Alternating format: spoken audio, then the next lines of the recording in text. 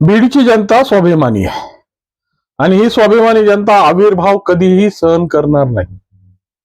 कारण की बीडच्या जनतेचं जे भूमिका आहे आणि ज्या पद्धतीची परिस्थिती आहे ती इतरांपेक्षा फार वेगळी आहे असा टोला बीडचे आमदार संदीप क्षीरसागरांनी लावलाय. वास्तविक स्वरूपात ही परिस्थिती का आली आणि संदीप क्षीरसागरांनी हा चिमटा कशा पद्धतीने काढण्याचा प्रयत्न केलाय असं म्हटलं की बीडची नगर परिषद समोर येते. आणि बीडच्या नगर परिषदेमध्ये गेल्या 3 दिवसापासून ज्या पद्धतीची परिस्थिती निर्माण झाली आणि सत्ताधारीच नगरसेवकांनी ज्या पद्धतीचं काही लोकांची जी भूमिका स्पष्ट केली, उघड केली आणि ही उघडलेली भूमिका ज्या पद्धतीने दाबण्याचा प्रयत्न करण्यात आला ना, त्यासाठी काढलेला हा चिमटा आहे. वास्तविक परिस्थितीत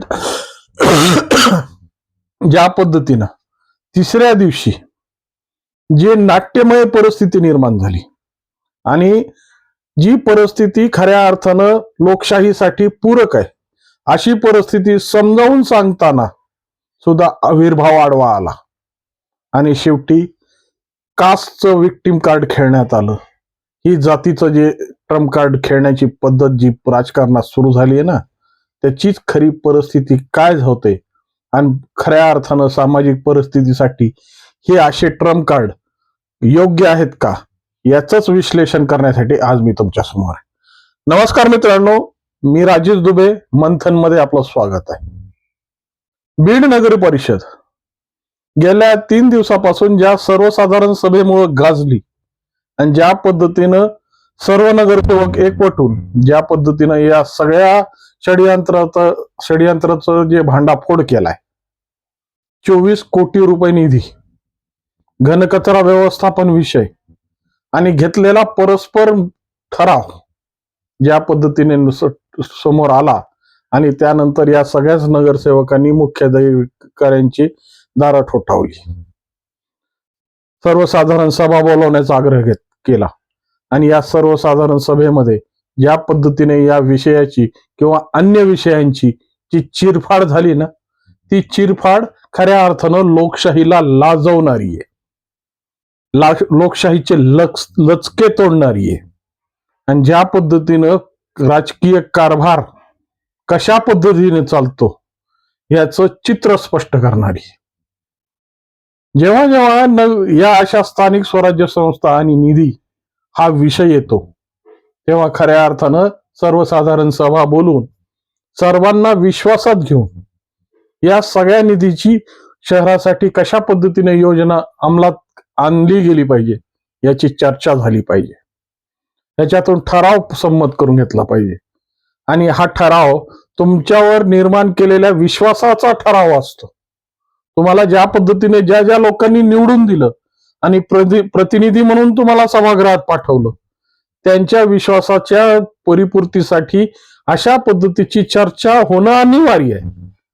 परंतु आजकाल राजकारणाचा एक वेगळाच पायंडा पडलाय आणि ज्या पद्धतीने भांडवलशाहीचं राजकारण जेव्हा या समाज व्यवस्थेत घुसलं तेव्हापासून ज्या पद्धतीच्या भूमिका समोर येऊ लागल्यात ना, त्या या लोकशाहीसाठी मारक आहेत. कारण की लोकशाहीचा मूळ उद्देश काय, लोकशाहीचा मूळ संकल्प काय, लोकांनी लोकांसाठी लोकांकरिता चालवलेले राज्य म्हणजे लोकशाही आहे. पण इथं उलट घडत आहे. लोकांकडून आमिषा देऊन निर्माण केलेली व्यवस्था आणि ही निर्माण केलेली व्यवस्था ज्या पद्धतीने या स्थानिक स्वराज्य संस्थेमध्ये घुसते तेव्हा खरा खेळ सुरू होतो. हा खेळ गेल्या 6 महिने सुद्धा चालला नाही आणि ज्या पद्धतीनं या नगरसेवकांनी आपलं आत्मिक कर्तृत्व दाखवलं, आत्मिक जी भूमिका दाखवली आणि ज्यांनी आपल्याला निवडून दिलंय त्यांच्यासाठीच आपल्याला काम करणं अनिवार्य आहे, ही भूमिका हाती घेऊन ज्या पद्धतीनं असे मागच्या दाराने पास केलेले ठराव उधळून लावलेत. आता या सगळ्या परिस्थितीमध्ये अमर नाईकवाडे हे प्रमुख भूमिकेत होते आणि या प्रमुख भूमिकेत असताना अमर नाईकवाडेंनी काही नगराध्यक्षांना सल्ले दिले, बहीण म्हणून सल्ले दिले कारण ज्या पद्धतीच्या स्वाक्षऱ्या या मागच्या दारातून आलेल्या ठरावांवर नगराध्यक्षांनी केले, त्याचे परिणाम पुढच्या परिस्थितीत काय होतील हे समजून सांगण्याचा प्रयत्न होता. परंतु जे म्हणतात ना की नाक खाजलं आणि नक्ट वरमलं, त्या पद्धतीची परिस्थिती झाली.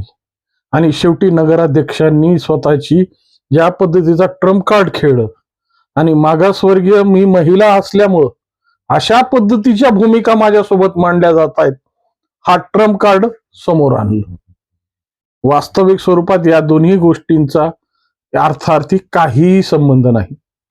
तरीही अमर नाईकवाड यांनी मोठं मन करून आपली नैतिकता दाखवून, जर माझ्या बोलण्यामुळं तुमच्या भावना दुखावल्या असतील तर मी माफी मागतो, पण माझ्या मोठ्या बहिणीसारख्या आहात म्हणून मी तुम्हाला या गोष्टी समजून सांगितल्यात. शासनाचे मी माझ्याकडून जरी तुम्हाला काही गोष्टी अडचणीच्या वाटल्या तरी शासनाचे प्रतिनिधी म्हणजे मुख्याधिकारी साहेब जे या तांत्रिक विषयात विशारद आहेत, या तांत्रिक विषयात महारत आहेत, त्यांच्याकडून कमीत कमी सल्ला घेऊन या सगळ्या गोष्टी करा अशी विनवणी केली.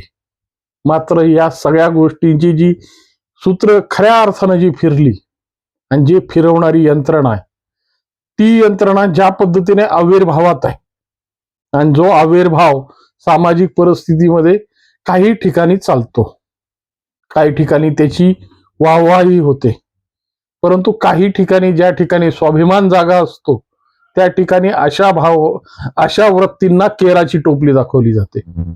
त्यामुळं अशाच पद्धतीची जी केराची टोपली दाखवण्याचा प्रयत्न आणि अशा पद्धतीने चिमटे काढण्याचा प्रयत्न संदीप क्षीरसागरांनी मात्र चांगल्या पद्धतीने घेतला. त्यांची भूमिका मूळ होती की आम्ही राष्ट्रवादी शरदचंद्र पवाराच्या पक्षाच्या वतीनं जे नगर परिषदेमध्ये ज्या सत्ताधाऱ्यांना जेव्हा संख्याबळ कमी पडत होतं त्यावेळेस आम्ही बिनशर्त पाठिंबा यासाठी दिला होता की अजितदादा या सगळ्या गोष्टींची भूमिका सांभाळणार आहेत. अजितदादा या बीड शहराला बारामती करणार आहेत आणि ज्या पद्धतीच्या विकास परियोजना अजितदादांनी आखल्या होत्या त्याच्या कशा पद्धतीने धिंदोडे या लोकांनी उडवले, स्वतःच्या मतलबासाठी कशा पद्धतीने ही खिरापत ओळखण्याचा प्रयत्न केला, याची ताशोरे ओढत संदीप क्षीरसागरांनी हा समाचार चांगल्या पद्धतीने घेतला. वास्तविक परिस्थितीमध्ये संदीप क्षीरसागरांनी जी भूमिका मांडली आणि खऱ्या अर्थानं ती बीडमध्ये कधी रुजलीच नाही.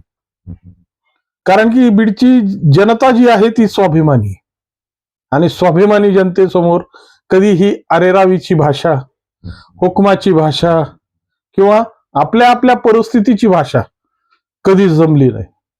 ज्यावेळेस याच नगरसेवकांचं या राष्ट्रवादीत असताना सुद्धा जेव्हा आपल्या पक्ष नेतृत्वासोबत जमलं नाही त्यावेळेस त्यांनी सुद्धा त्या ठिकाणी बंड पुकारलं, त्या ठिकाणी विरोधी भूमिका घेतली आणि खऱ्या अर्थानं अनेक प्रश्न मार्गस्थ करण्यासाठी नवीन प्रयोग करण्यात आले. परंतु तेच प्रयोग जर यांच्यासोबत परत त्याच पद्धतीने होण्याचा प्रयत्न केला असेल आणि तीच भाषा परत त्यांच्या समोर येत असेल तर या सगळे लोक या पद्धतीने शांत का बसणार? आणि ज्या पद्धतीनं फारुख पटेल यांनी ज्या पद्धतीची चमच्याची आणि गमच्याची भाषा केली ना ती खऱ्या अर्थानं या सगळ्या नगरपालिकेच्या महानाट्यात चांगलीच रंगली आहे, जिवारी लागली आहे. आणि हे जिवारी लागलेला हट्टोला वास्तविक परिस्थितीत ज्या पद्धतीने सध्याच्या परिस्थितीला मांडण्यात आला ना आणि तेही सुनेत्रा वहिनी बीड जिल्ह्यात असताना या सगळ्या घटना खऱ्या अर्थानं राजकीय पटलावर मांडलेलं ही एक महानाट्य आहे आणि लोकशाहीचे लचके तोडणारी ही भूमिका आहे. वास्तविक स्वरूपात ज्या पद्धतीने ह्या लोकांच्या विश्वासावर लोकांसाठी अंमलात आणणाऱ्या या कल्याणकारी योजना कशा पद्धतीने मनमानी पद्धतीचे ठराव पास केले जातात. आणि दुसरा जो प्रश्न होता की जो पाणी पुरवठ्याचा, जे पाणी पुरवठ्याच्या या समितीची किंवा ज्या कामांची परिस्थिती आहे ती कामाची परिस्थिती ज्या पद्धतीनं सेंट्रलाइज करून एजन्सी नियुक्त करून मोठे गुत्तेदार नियुक्ती करून स्वतःच्या खिशात ज्या पद्धतीने मलिदा खेचण्याचा प्रयत्न आहे ना खऱ्या अर्थानं तो प्रयत्न सगळीकडेच होत असेल, बीड काही अपवाद नाही. कारण की लोकशाहीचा आता विपर्यास लोकांनी चांगल्याच पद्धतीने सुरू केलाय. परंतु बीडच्या नगरसेवकांनी जी भूमिका दाखवली त्यामुळं हे प्रयोग हाणून पाडण्यात येत आहेत. पण प्रत्येक ठिकाणी अशा पद्धतीची स्वाभिमानी वृत्ती जपणारे नगरसेवक आहेत का? प्रत्येक ठिकाणी शहराच्या विकासासाठी स्वतःच्या प्रतिष्ठेला सभागृहात मांडून ज्या पद्धतीची परिस्थिती विरोध करण्याची भूमिका या सगळ्या ज्या निवडून येणाऱ्या नगरसेवकांमध्ये ही जाणीव आहे का? नाहीतर ती नंदी बैलाची कथा. हे नंदी बैल सगळ्यात जास्त निवडले जातात, निवडून आणले जातात. कारण की हे नंदी बैल जर निवडून आले की आपल्या आपल्या परीने माना डोलवायला प्रत्येक जण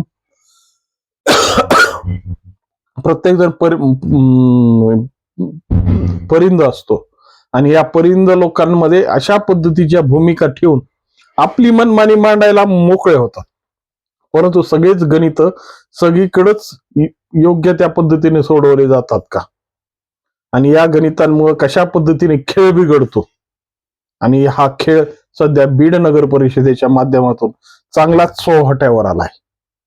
ज्या पद्धतीच्या या लोकशाहीच्या या मूळ बीजाचं संरक्षण करण्यासाठी सत्ताधारी असो की विरोधक सगळे एकवटले आणि हा सगळा जो गैरप्रकार हाणून पाडून ज्या पद्धतीच्या भूमिका या लोकशाहीसाठी रुजवण्यासाठी ज्या महत्वाच्या आहेत ना, त्या जाणीव आणि त्या परिस्थिती सोबत जागृत करून दिल्यात.